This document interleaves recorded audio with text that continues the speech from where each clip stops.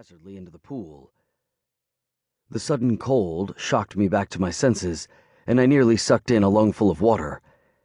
I managed to clamp my lips back together as flame washed over the top of the pool. My feet touched the cement bottom a second later, and as debris began to rain down through the water overhead, I marveled at how I was still alive. Chunks of me should be splattered across the backyard, but somehow I'd survived. Someone up there must like me. Or, more likely, someone down below. Lungs burning, I pushed myself off the cement, propelling myself toward the surface. The water around me erupted with gunfire. Bullets sliced through the space all around me, leaving trails of bubbles in their wake. The only thing that saved me from becoming a holy corpse was the depth, which robbed their ammunition of the force to puncture my thick trench coat. I pulled up short of the surface, halting myself as the blurry faces of over half a dozen bald men in suits appeared overhead. I cried out in shock, but the only thing that really came out of my mouth was a huge bubble. My lungs screamed for air as I tried to figure out what to do. If I didn't do something quick, I was going to black out. If that happened, well, I didn't want to think about what that would do for my chances of survival. Already my vision was starting to go dark around the edges.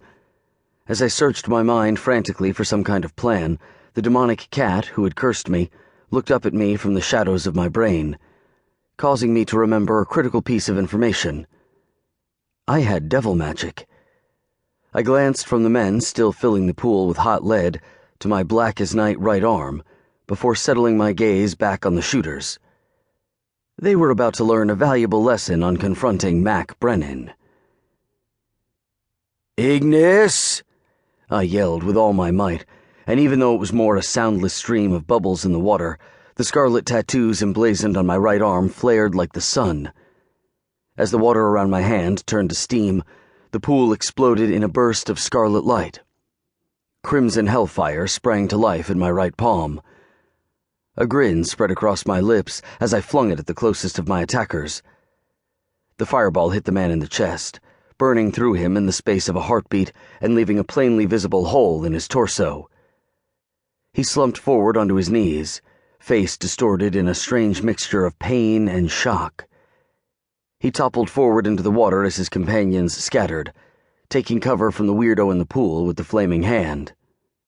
Which was me, so it worked out. I burst upward through the pool's surface just as my lungs were about to explode. Water cascaded down around me as I conjured more hellfire and brandished it like a weapon.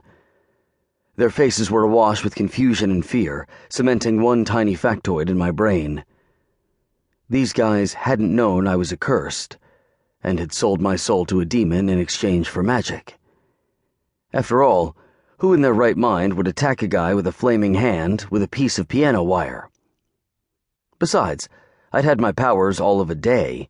There was no way they'd have known, especially since this was my first trip to this house since I'd lost all my memories.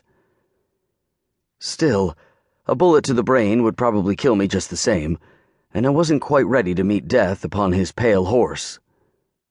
So what did I do? I threw myself out of the pool and ran like the Dickens, while flinging fire around the backyard like it was going out of style. Some for you, and oh, I didn't forget you, you little scamp. I reached the black wrought iron gate set into on the cinder block wall a second later, and instead of trying to fiddle with the lock, I did the only sensible thing I could.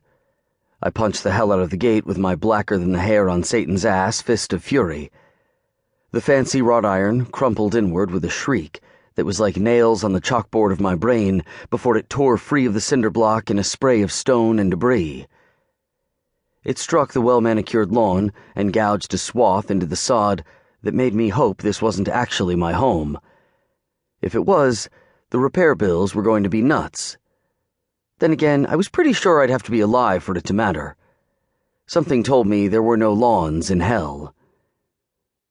Bullets ricocheted off the stone next to me as I dove sideways through the blown-out gate. I landed hard on the dirt beneath a 20-foot-tall cherry tree. The air burst from my lungs as my entire right side went a bit numb. Even still, I scrambled to my feet and took off running, a fresh surge of adrenaline.